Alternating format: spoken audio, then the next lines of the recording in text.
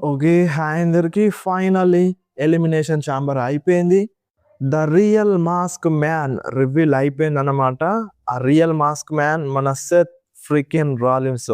Finally Seth Rollins injury తర్వాత ఈరోజు elimination చాంబర్‌లో రిటర్న్ చేసిండు. అండ్ అంతేకాకుండా ఆ మిస్టరీ బాక్స్ కూడా రివీల్ అయిపోయింది. అండ్ అంతేకాకుండా రేండీ ఆర్టన్ ఎలిమినేషన్ చాంబర్ మ్యాచ్‌ని విన్ అయిండు. సో, ఆ ఎండింగ్ సీక్వెన్స్ మామూలుగా లేకుండే వేరే లెవెల్ ఉంది.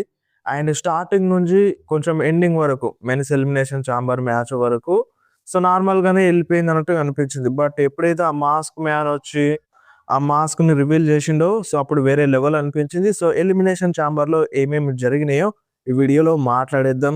ఫస్ట్‌గా మనకి women's elimination chamber match start అయిపోయింది. సో, మ్యాచ్‌లో బానే ఫైట్ చేసినారు. సో, ఫస్ట్ ఎలిమినేషన్ అయిపోయింది మన Alexa Bliss. So, Alexa Bliss కొంచెం లాస్ట్ వరకు ఉంటే బాగుండేది. బట్ అలెక్సా బ్లిస్సే ఫస్ట్ ఎలిమినేట్ అయిపోయింది. మన ఆస్కా మిస్ట్ కొడతది.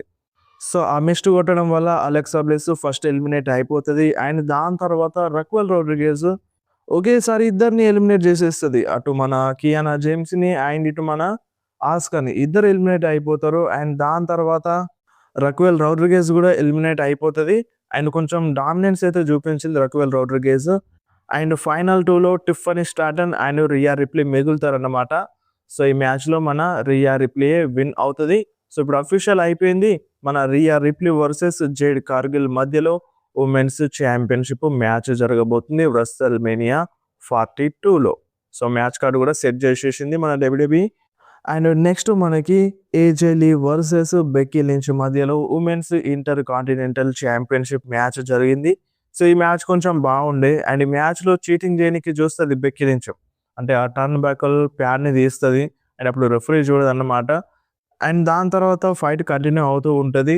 సో, మన ఆ టర్న్ బైకల్ పైన బెక్కీ లించ్ ఏజే లీని పడేద్దామని చూస్తది. బట్ మన రెఫరీ ఆపుతది. ఎందుకంటే అది లీగల్ కాదు కదా! ఏజే లీకి దెబ్బ తగలకుండా అక్కడ రెఫరీ ఆపుతది. అండ్ కొంచెం ఆగినంక రెఫరీకి కూడా దెబ్బ తగులుతది. కింద పడిపోతది జెసికా కారు.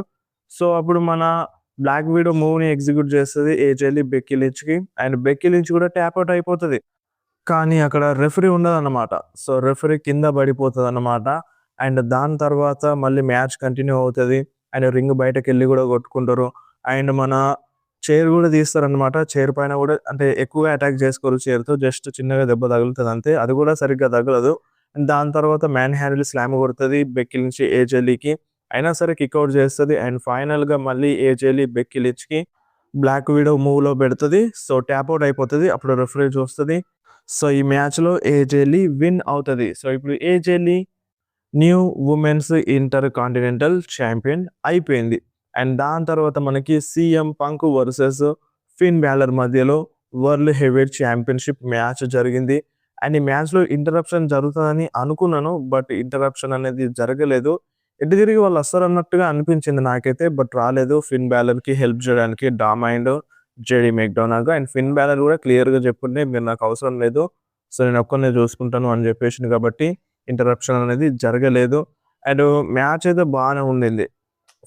బానే ఫైట్ చేసిండు. ఫిన్ బాలర్ కావచ్చు, సీఎం పంక్ కావచ్చు. అండ్ సీఎం పంక్‌కి బ్లడ్ కూడా వచ్చింది. బట్ ఇక్కడ నాకు నచ్చంది ఏందంటే ఎండింగ్ ఫినిష్ అన్నది. సో, మ్యాచ్ ఫినిషింగ్ నచ్చలేదు. ఏదో ఈజీగా ఓడిపోయినట్టుగా అనిపించింది ఫిన్ బాలర్. అప్పటిదాకా బానే ఉంటాడు.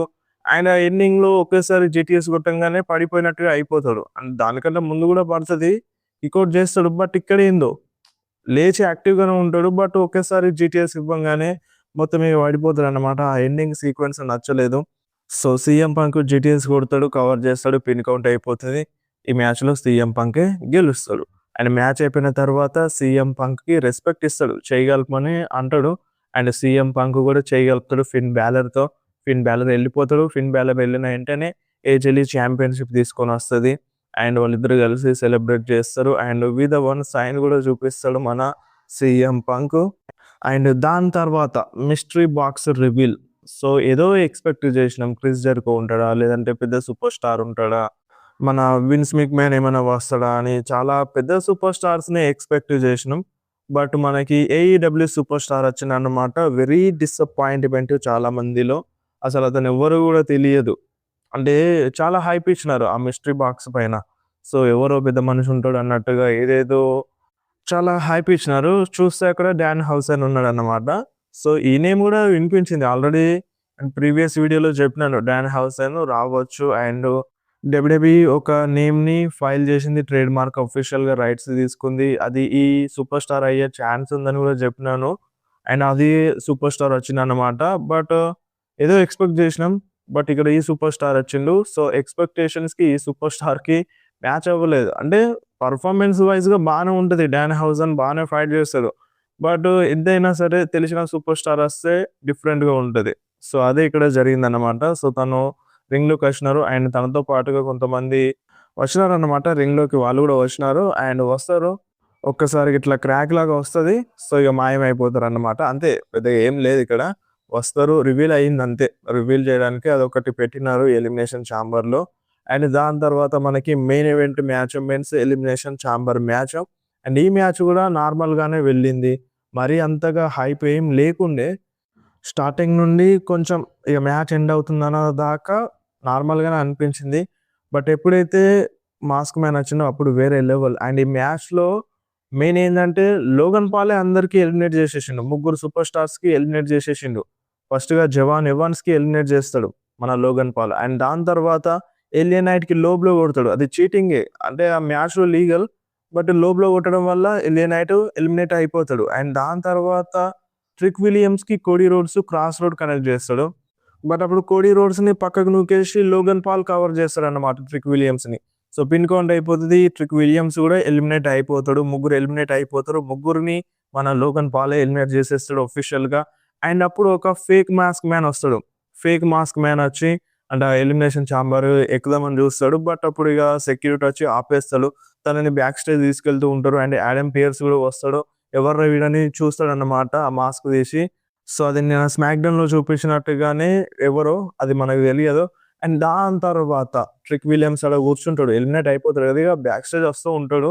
అదే టైంలో ఇంకొక మాస్క్ మ్యాన్ మెల్లగా అంటే రింగ్‌లోకెళ్తాడన్నమాట. సో, లోగన్ పాల్ చూసి ఫుల్ షాక్ అయిపోతాడు. అండ్ లోగన్ పాల్ పైన అటాక్ చేస్తాడు ఆ మాస్క్ మ్యాను. కర్బ్ స్టాంప్ కొడతాడు.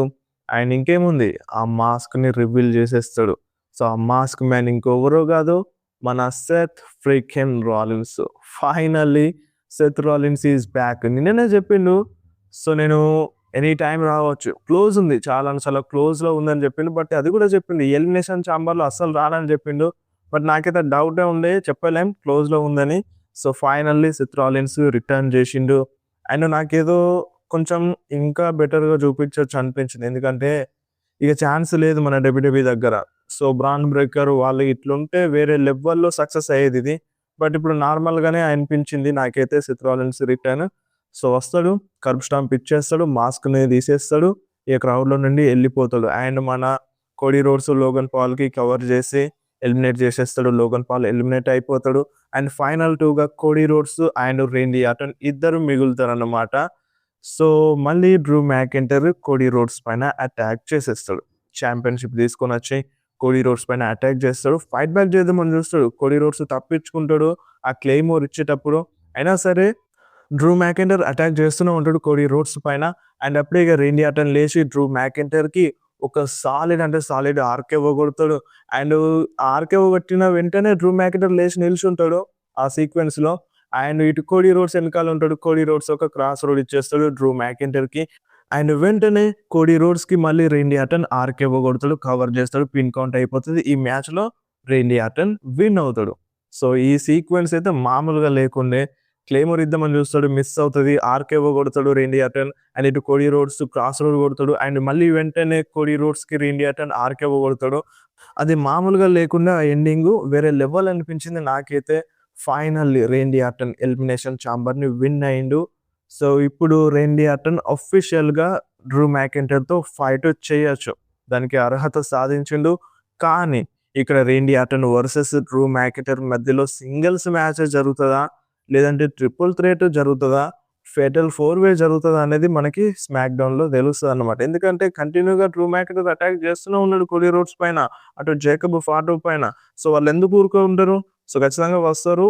మ్యాచ్‌లో యాడ్ అవ్వచ్చు. బట్ ప్రెజెంట్ అయితే రేండీ ఆర్టన్ గెలిచిండు. So, Randy Orton versus Drew McIntyre కంపల్సరీగా జరుగుతది. రేండీ చాంపియన్‌షిప్ కోసం ఫైట్ చేయడం అనేది కంపల్సరీగా జరుగుతుంది ఈ WrestleManiaలో. సో ఇక్కడే ఇక ఎలిమినేషన్ ఛాంబర్ అయిపోయింది. సో మీరు నిజంగా చెప్పండి, మీకు ఎలిమినేషన్ ఛాంబర్ ఎట్లా అనిపించిందో కింద కామెంట్లో మెన్షన్ చేయండి. సో నన్ను అడిగితే నాకు యావరేజే, బట్ ఆ ఎండింగ్ అనేది మామూలుగా లేకుండే. Seth Rollins return and ending sequence finishers బాగా అనిపించింది నాకు ఈ ఎలిమినేషన్ ఛాంబర్లో. సో మరి మీకు ఎట్లా అనిపించిందో కింద కామెంట్లో కంపల్సరీ చెప్పండి.